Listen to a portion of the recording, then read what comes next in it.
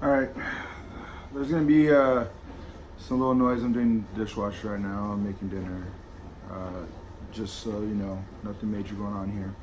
But it's my day off. I'm relaxed, and I have time to enjoy beer. I'm really excited. This one is by Tupps. Normally they do a lot of hop beers. They got their series, and I'm like kind of overwhelmed because there's so many hot beers to choose from. But I did try their series 9. They had it at a bar, and it was ridiculously good and potent.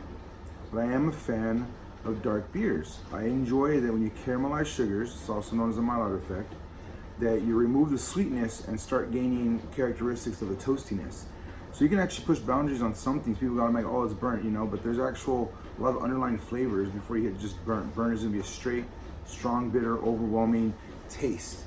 If it doesn't completely offend your palate, if you're not a super taster or anything, it's gonna have some undernotes, and depending on the food, it can be a little spicy, a little like different type of malty, more like, you know, not malty, caramel, more like a savory. It gets very enjoyable. This is focused on that because it's a stout. So it's going to be barley, super toasted to a very deep, rich color. So once it's brewed, you have a dark beer. I will tell you now, this is an expensive one. This is about like 16 bucks after taxes. It was like 17, but it is barreled aged. It's called Full Grown Man. It's very intense. It has a beard on there. Oh, sorry, there you go. Has a profile right here on the top.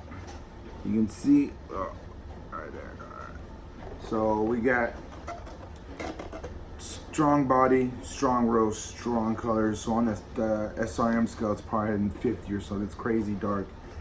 The balance is bitter with a good amount of sweet. And then what changes this is it's a red wine barrels is what they did. So you got light tannins because a lot of tannins were removed for the red wine. They did their job, they absorbed it.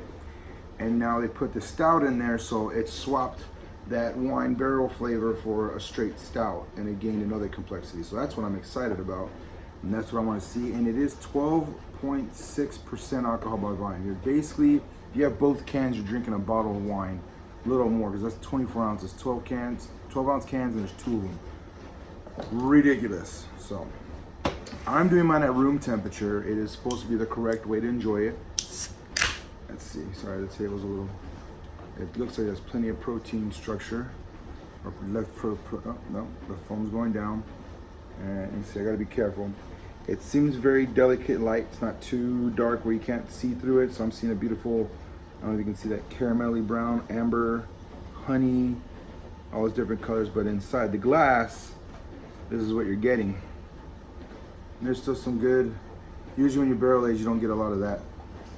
It can vary if the proteins, you know, drop down, sink, alter. So a lot of, I'm not getting specifics, I'm not truly aware, but you can look it up. I will start looking more into it, but it's looking like it's still maintained a lot of that. I get the regular stout.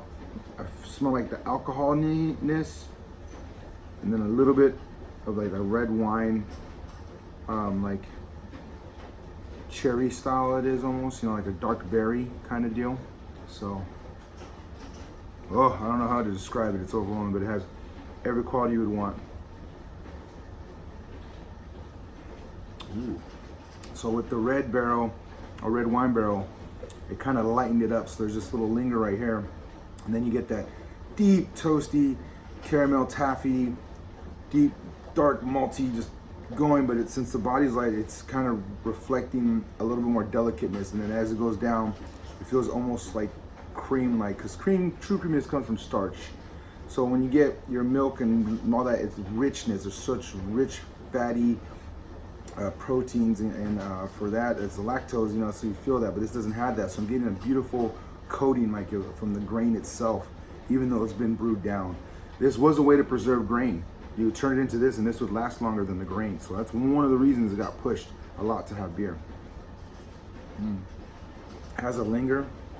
It's not as boozy as I thought it would be, but I could smell it. I can smell the booziness, but it's very mellow.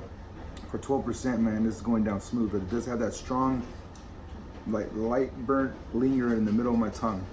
So anyone that doesn't like stouts or porters, I would stay away. But if you have like Imperials or barrel aged porters and you thought they were amazing, this has that little raspberry, cherry kind of linger from the wine. So it keeps it interesting. It's not spices, which they do commonly put cinnamon in there, all kinds of crazy stuff. They just did a red wine barrel and it changed the profile to that direction, where normally cinnamon goes that way or chili goes up, but this like elevates the stout flavor, and then the red wine comes in and it rolls with it, goes down your tongue. If this is your thing, man, I say try it, but just know it's gonna be a pretty penny. I gave one of my girlfriends, I love her, but if you're greedy, you can buy 1 2-pack and just enjoy yourself. So do be careful and enjoy. Prost.